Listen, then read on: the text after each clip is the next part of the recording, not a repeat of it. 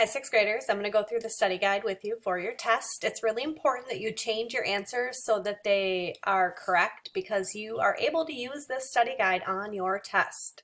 Let me repeat that. You can use the study guide on your test. So even though you're not handing it in, it's in your best interest to have the correct answers. All right. So question one was just the different vocabulary. So a physical property is something that can be observed or measured without changing the identity of the substance. So some examples of this are density, boiling point, melting point, malleability, color, and shape. We can measure these things without changing what the object is. Okay, and I know it doesn't say to put examples on there, but it might be a great idea. A chemical property is a substance's ability to change into a new substance.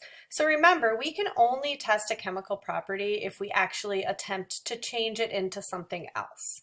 Okay, so we can't test if something's flammable unless we start it on fire. Or we can't test if something's going to rust unless we actually try to make it rust. Okay, so some examples then of chemical properties: flammability, rusting, and reactivity. So that would be if it reacts with something else.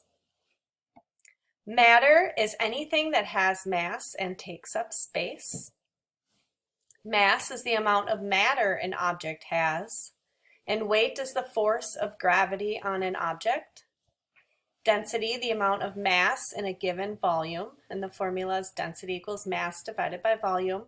When you have to find density on the test, you will be given the formula as well as a calculator. And volume is the amount of space an object occupies. Number two, you observe the mass and weight of an object. Which of these two, mass or weight, changes and which stays the same if you travel out of our solar system? Well, mass always stays the same because mass is just the amount of stuff in something. So that's not going to change if you went to the moon or you went to a different planet. But the object's weight depends on the amount of gravitational pull. So if you have less gravity, like on the moon, you would weigh less. If you have more gravity, like on Jupiter, you would weigh more. 3, what is the volume of an object with these dimensions? So volume, remember, is length times width times height. The length is 15, width is 4, and height is 40. Okay, so I multiplied 15 times 4 times 40, and I get 2,400 centimeters cubed. So that's like centimeters to the third power. 4, what is the density of a substance that has a mass of 273 grams and a volume of 26 centimeters cubed? Well, density is mass divided by volume. Don't know what that word was. So I take my mass, 273 grams, divided by my volume, 26 centimeters cubed, and I end up with 10.5 grams per centimeters cubed. 5, what is the law of conservation of mass? So what this relates to is when you have a physical or chemical reaction or change, the amount of matter or mass does not change, okay? So your big idea here, mass is not lost or created ever. It just changes forms.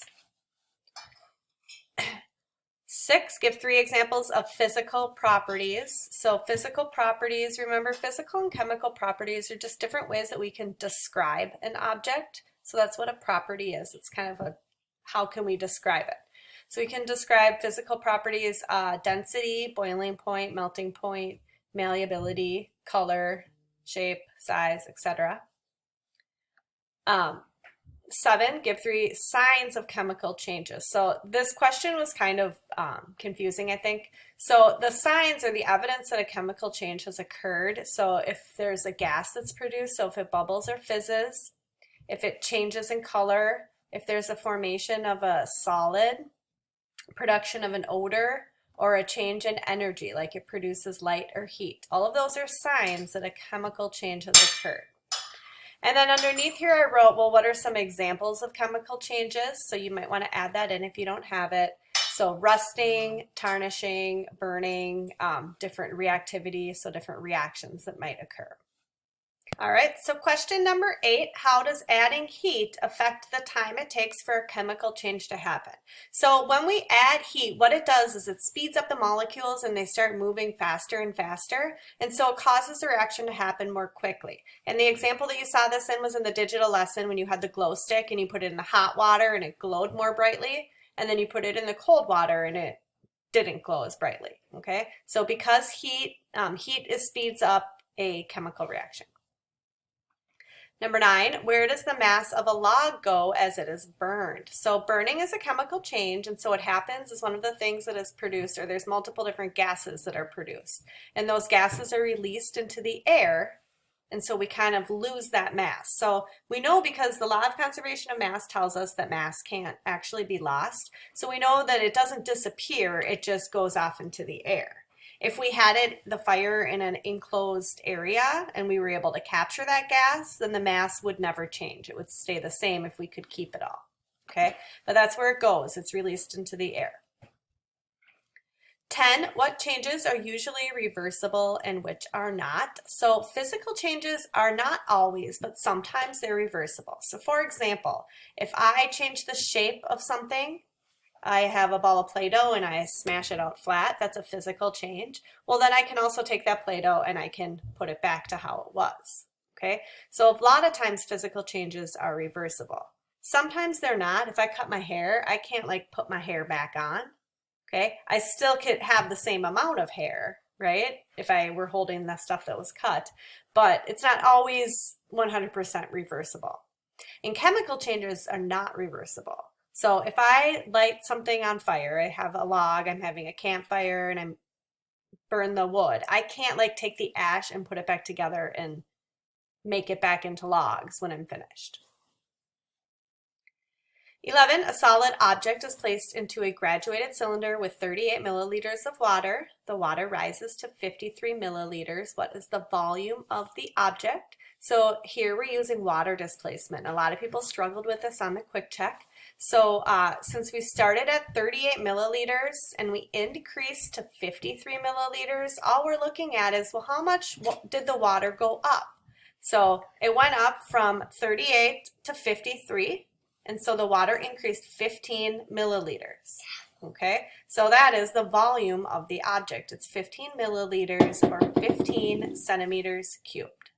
And number 12 talks about density. So density, remember, is mass divided by volume. Okay, so first we found the density of each of these. So for fluid A, we did 2060 divided by 2000 and got 1.03 grams per centimeters cubed.